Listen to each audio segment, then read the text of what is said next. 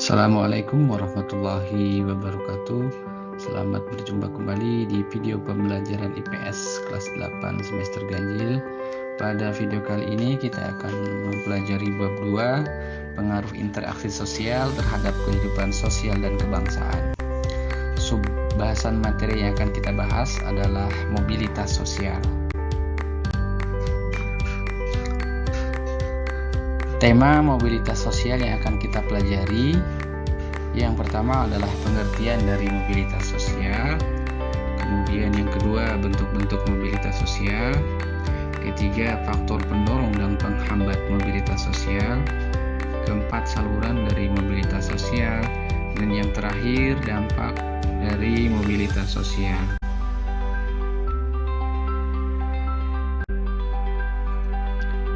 Kita masuk kepada pengertian dari mobilitas sosial. Perhatikan beberapa gambar di bawah ini. Gambar yang pertama menunjukkan bahwasanya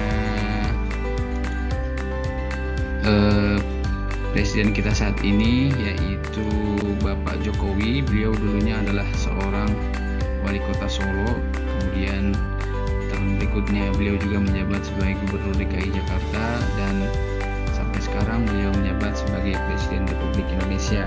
Kemudian yang kedua, di sini ada Putra Nababan sebagai pembawa berita di RCTI dulu ya. Kemudian sekarang menjadi pembawa berita di Metro TV.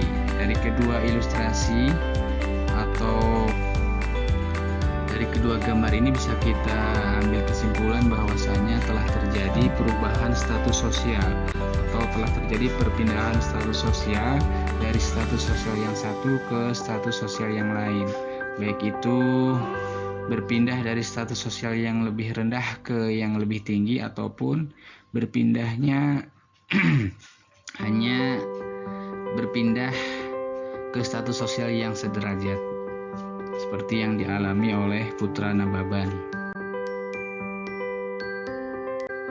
Nah, jadi apa yang dimaksud dengan mobilitas sosial berdasarkan ilustrasi gambar yang tadi? Berikutnya kita bisa definisikan beberapa pengertian dari mobilitas sosial. Yang pertama, bahwa mobilitas itu berasal dari bahasa Latin mobilis yang berarti mudah dipindahkan atau banyak bergerak dari satu tempat ke tempat yang lain. Kata sosial pada istilah mobilitas sosial mengandung makna seseorang atau sekelompok warga.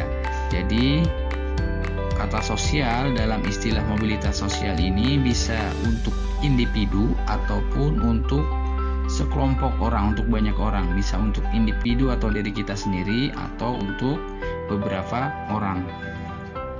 Kemudian mobilitas sosial adalah perpindahan posisi seseorang atau sekelompok orang dari lapisan yang satu ke lapisan yang lain. Dan definisi berikutnya, mobilitas sosial adalah seseorang yang mengalami perubahan kedudukan atau status sosial dari suatu lapisan ke lapisan lain, baik menjadi lebih tinggi maupun menjadi lebih rendah dari sebelumnya, atau hanya berpindah peran tanpa mengalami perubahan kedudukan disebut mobilitas sosial. Bisa kita simpulkan dari beberapa definisi ini bahwa mobilitas sosial adalah perubahan status sosial seseorang atau sekelompok orang dari status sosial yang satu ke status sosial yang lain. Bisa status sosial yang rendah ke yang lebih tinggi ataupun status sosialnya masih sederajat.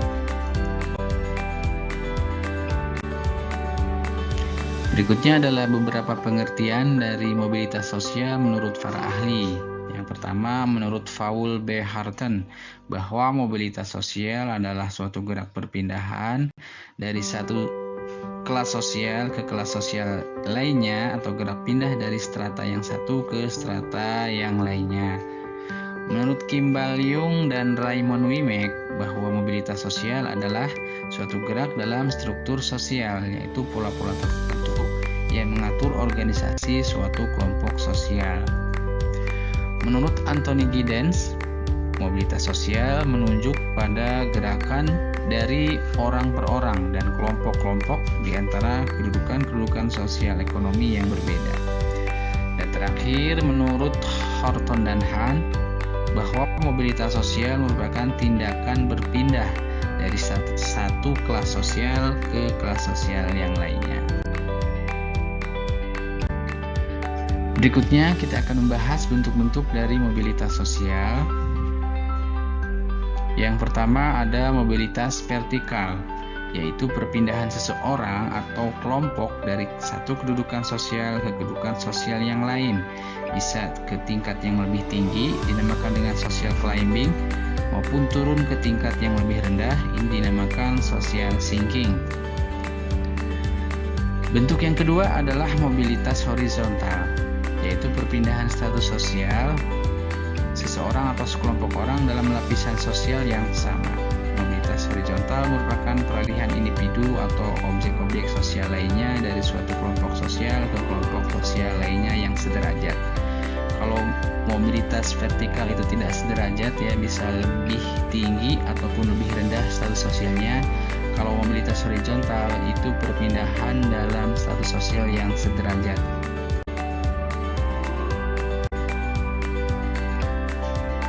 Mobilitas vertikal ke atas atau social climbing, tadi sudah dijelaskan bahwa adanya perubahan atau peningkatan status sosial ke kedudukan sosial yang lebih tinggi.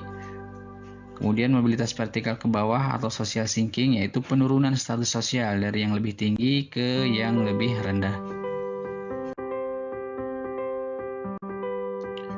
Baik, sekarang kita identifikasi beberapa kasus untuk lebih mendalami lagi bentuk-bentuk dari mobilitas sosial. Kasus yang pertama ada Bu Darmais Mendila, seorang guru di Provinsi Papua. Beliau melaksanakan tugasnya sebagai seorang guru dengan penuh tanggung jawab.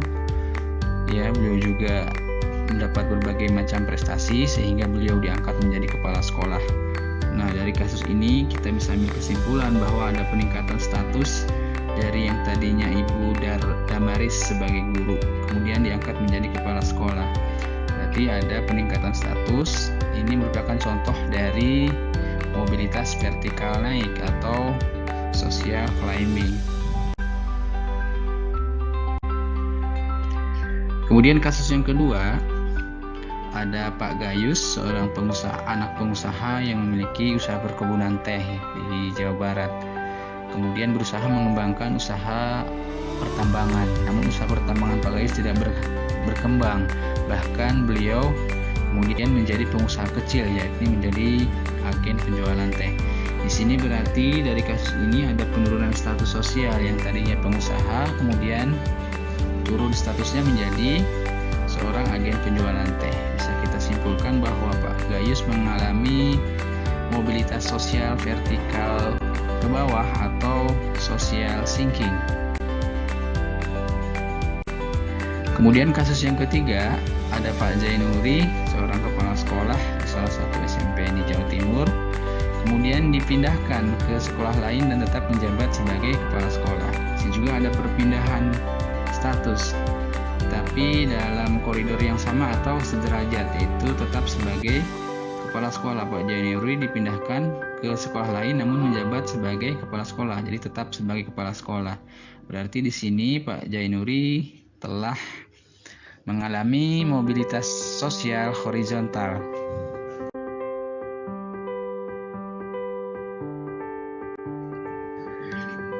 Berikutnya adalah bentuk-bentuk mobilitas berdasarkan ruang lingkup. Ada mobilitas intragenerasi dan mobilitas antar generasi. Mobilitas intragenerasi adalah mobilitas sosial yang dialami oleh seseorang selama hidupnya dalam satu generasi. Ya, jadi bisa kita ambil kesimpulan mobilitas intragenerasi ini dialami oleh diri orang itu sendiri. Jadi tidak dialami oleh generasi-generasi berikutnya. Jadi hanya dialami oleh seseorang diri orang tersebut. Kemudian kalau mobilitas antar generasi ini melibatkan beberapa generasi. Misalkan seorang ayah dengan anak. Ayahnya misalkan seorang pengusaha, kemudian anaknya seorang supir, dan anaknya dari seorang supir lagi seorang tukang koran misalkan. Ini berarti ada perubahan status sosial dalam 3 generasi. Ada pengusaha, ada supir, dan ada tukang koran. Jadi ada perubahan status sosial di antara beberapa generasi. Ini yang dinamakan dengan mobilitas antar generasi. Contoh dari kasus mobilitas intragenerasi. Di sini ada Pak Joko, semula guru, kemudian menjadi kepala sekolah, kemudian menjadi pengawas, dan terakhir menjabat kepala dinas. Nah, Pak Joko ini mengalami status sosial, perpindahan status sosial dari guru yang terakhir menjadi kepala dinas. Nah, ini status sosialnya dialami sendiri oleh Pak Joko. Jadi ini tidak melibatkan generasi yang lain. Jadi ini dinamakan mobilitas intragenerasi. Kemudian contoh dari mobilitas antar generasi. Di sini ada Pak Joko, profesinya petani, kecil, anak-anaknya sukses menjadi pejabat di pemerintahan. Berarti di sini ada mobilitas sosial yang dari Pak Joko sebagai generasi pertama dengan anak-anaknya selaku generasi kedua. Ada perbedaan status sosial yang dialami Pak Joko dan anak-anaknya sebagai generasi yang berikutnya atau generasi kedua. Yang ketiga, faktor pendorong dan penghambat dari mobilitas sosial. Faktor pendorong itu ada faktor struktural, kemudian faktor individu, faktor sosial, faktor ekonomi, faktor politik, dan yang keenam ada kemudahan dalam mengakses pendidikan. Itu yang mendorong seseorang melakukan mobilitas sosial. Kemudian faktor penghambatnya ada 2. Faktor penghambat mobilitas sosial ada 2, yaitu kemiskinan dan diskriminasi.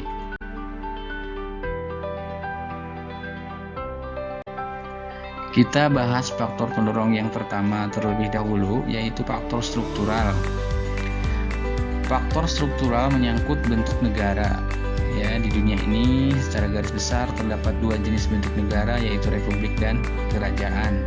Biasanya negara republik menganut sistem demokratis sehingga memudahkan setiap warganya untuk mendapatkan jabatan publik sampai pada presiden. Nah, jadi faktor struktural ini mendorong seseorang untuk melakukan mobilitas sosial seperti yang dianut oleh negara kita atau bangsa kita, yaitu sistem demokrasi di mana setiap rakyat atau warga negara berhak untuk menduduki jabatan apa saja yang ada di pemerintahan seperti presiden, wakil presiden, ataupun pejabat-pejabat menteri lainnya.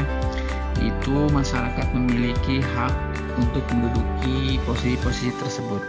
Ini merupakan faktor struktural.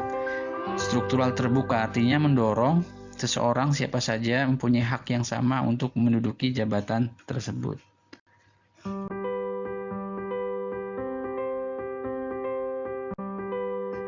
Faktor struktural ini ada struktur terbuka dan struktur tertutup. Struktur terbuka ini contohnya yang dianut oleh bangsa kita ya, yaitu iklim demokrasi di Indonesia memberi kesempatan untuk meningkatkan status sosial. Jadi seperti yang tadi dikatakan bahwa siapa saja bisa menduduki jabatan-jabatan yang ada di pemerintahan negara kita.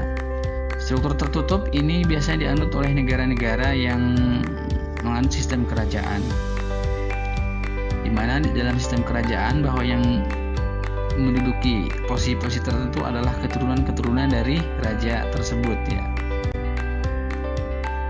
Nah, ini untuk faktor pendorong dari faktor struktural. Ada struktur terbuka dan struktur tertutup. Faktor pendorong berikutnya adalah faktor individu. Faktor individu adalah pengetahuan, keterampilan, dan sikap yang dimiliki oleh seseorang individu itu sendiri. Ini yang akan mendorong seseorang mudah atau bisa melakukan mobilitas sosial.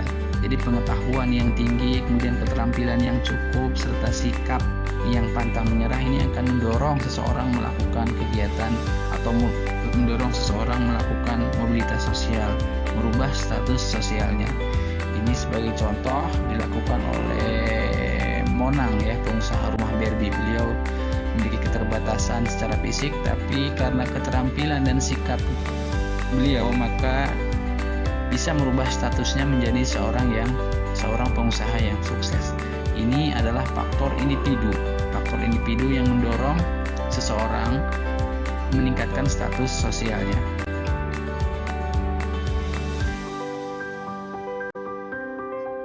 Yang ketiga ada faktor sosial. Faktor sosial juga mendorong seseorang untuk melakukan mobilitas sosial atau meningkatkan status sosialnya. Ya, karena setiap perjuangan diawali dari ketidakpuasan, kemudian ketidakpuasan sosial mendorong manusia untuk berjuang segigih-gigihnya. Setiap manusia dilahirkan dalam status sosial yang dimiliki oleh orang tuanya. Apabila ia tidak puas dengan kedudukan atau status sosialnya, maka ia akan mencari kedudukan sendiri yang lebih tinggi. Nah, jadi faktor sosial ini adalah ketika kita umpamanya dilahirkan atau ditakdirkan untuk dilahirkan dalam status sosial atau status keluarga yang kurang mampu, maka kita akan mempunyai ketidakpuasan tersendiri akan status sosial kita. Ini akan mendorong kita untuk mencari kedudukan status sosial yang lebih tinggi dari keadaan yang sekarang. Jadi ini juga akan mendorong seseorang melakukan mobilitas sosial atau meningkatkan status sosialnya.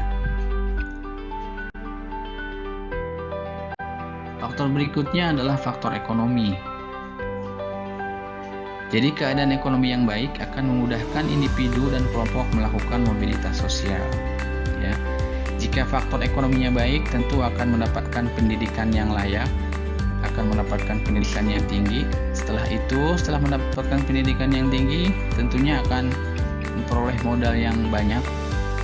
Setelah memperoleh modal yang banyak, maka terbukalah banyak kesempatan kita, dan pada akhirnya kita akan memperoleh yang namanya kesuksesan. Jadi faktor ekonomi ini mendorong juga seseorang untuk meningkatkan status sosialnya. Kemudian yang kelima ada faktor politik, yang juga mendorong terjadinya mobilitas sosial. Kondisi politik yang stabil mendorong percepatan mobilitas sosial. Jadi jika politik stabil, maka ekonomi juga akan maju dan akan mengakibatkan mobilitas sosial juga meningkat.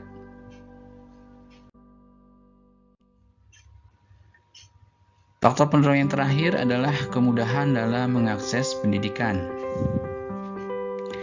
Pada zaman dulu bahwa pendidikan itu sulit untuk diakses, sehingga masyarakat pendidikannya akan rendah. Jika masyarakat pendidikannya rendah, maka mobilitas sosial juga akan susah berubah. Artinya masyarakat akan susah meningkatkan status sosialnya ke status sosial yang lebih tinggi. Itu zaman dulu karena sulitnya mengakses pendidikan.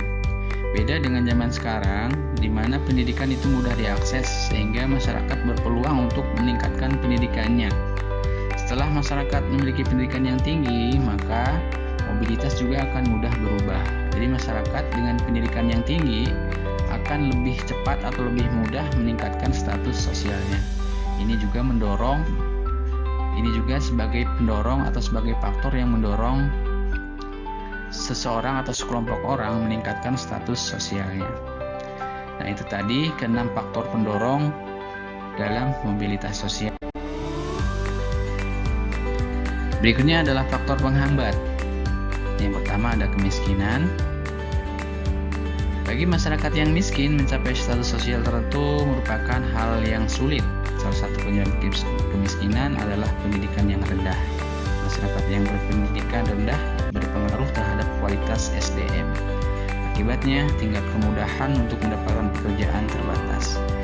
Kemiskinan ini menghambat mobilitas sosial, itu menghambat seseorang atau sekelompok orang untuk meningkatkan status sosialnya. Ya, dengan kemiskinan maka pendidikan yang diperoleh seorang juga akan rendah. Jika pendidikannya rendah, tentu kualitas SDM juga akan rendah, sehingga sulit untuk mendapatkan pekerjaan. Ini faktor penghambat yang pertama.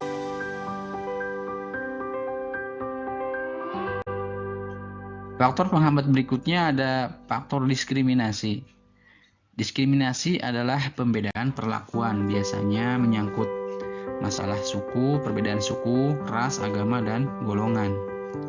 Pada masa penjajahan terjadi diskriminasi pemerintah Hindia Belanda terhadap masyarakat keturunan Eropa kepada masyarakat Indonesia ya dalam hal pembedaan memperoleh pendidikan. Jadi hal itu akan mempersulit masyarakat Indonesia pada zaman dulu untuk meningkatkan status sosialnya karena adanya pembedaan perlakuan terhadap masyarakat kita oleh bangsa penjajah. Ini yang dinamakan diskriminasi. Jadi adanya pembedaan perlakuan ini juga akan menghambat seseorang atau sekelompok orang untuk meningkatkan status sosialnya. Sebagai contoh tadi bahwa pada zaman dulu, zaman penjajahan, bangsa Indonesia ini atau masyarakat Indonesia mendapat pembedaan perlakuan dalam hal memperoleh pendidikan.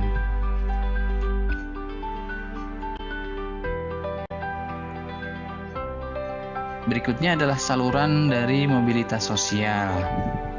Bagaimana sih caranya agar terjadi mobilitas sosial? Di sini ada beberapa saluran mobilitas sosial yang bisa kita tempuh, yang bisa kita peroleh agar kita bisa meningkatkan status sosial kita.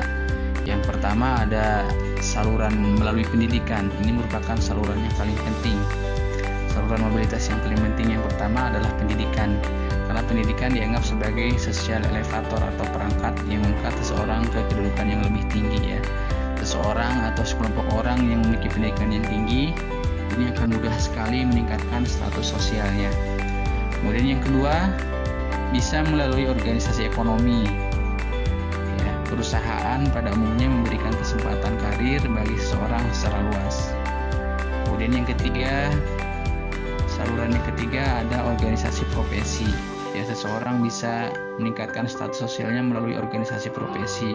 Ada Persatuan Guru Republik Indonesia atau PGRI, ada Ikatan Dokter Indonesia, ada Kadin, dan lain sebagainya yang ada hubungannya dengan organisasi profesi. Kemudian saluran yang keempat adanya organisasi politik ya. Ini juga bisa meningkatkan atau bisa menjadi saluran atau sarana seseorang untuk meningkatkan status sosialnya.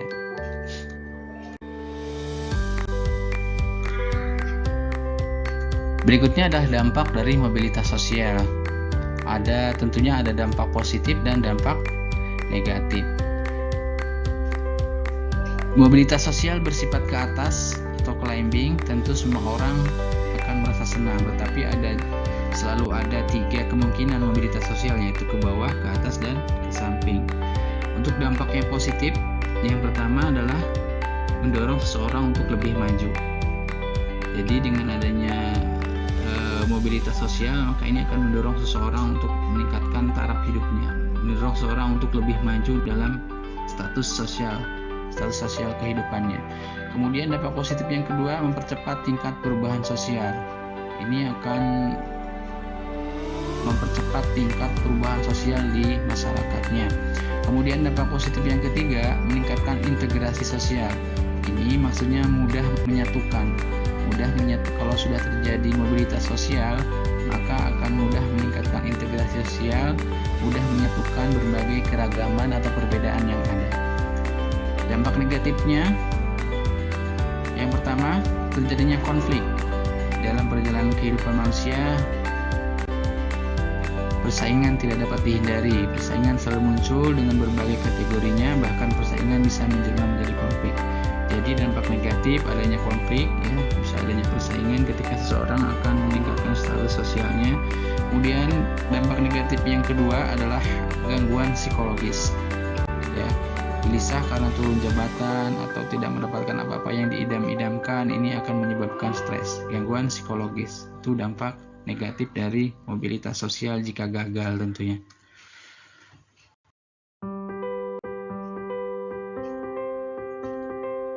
Baiklah semuanya, anak-anak semuanya, itu tadi bahasan kita tentang mobilitas sosial. Mudah-mudahan bisa dipahami oleh anak-anak semua. Jika masih ada materi atau penjelasan yang kurang dipahami, nanti kita bisa berdiskusi ataupun tanya jawab ya. Untuk anak-anak semuanya silahkan untuk bertanya, boleh mengirimkan pertanyaan jika ada hal-hal yang belum dipahami. Untuk video kali ini, untuk penjelasan kali ini Bapak cukupkan sekian. Terima kasih dan mohon maaf jika ada kekurangan dan kesalahan. Bapak akhiri, wassalamualaikum warahmatullahi wabarakatuh.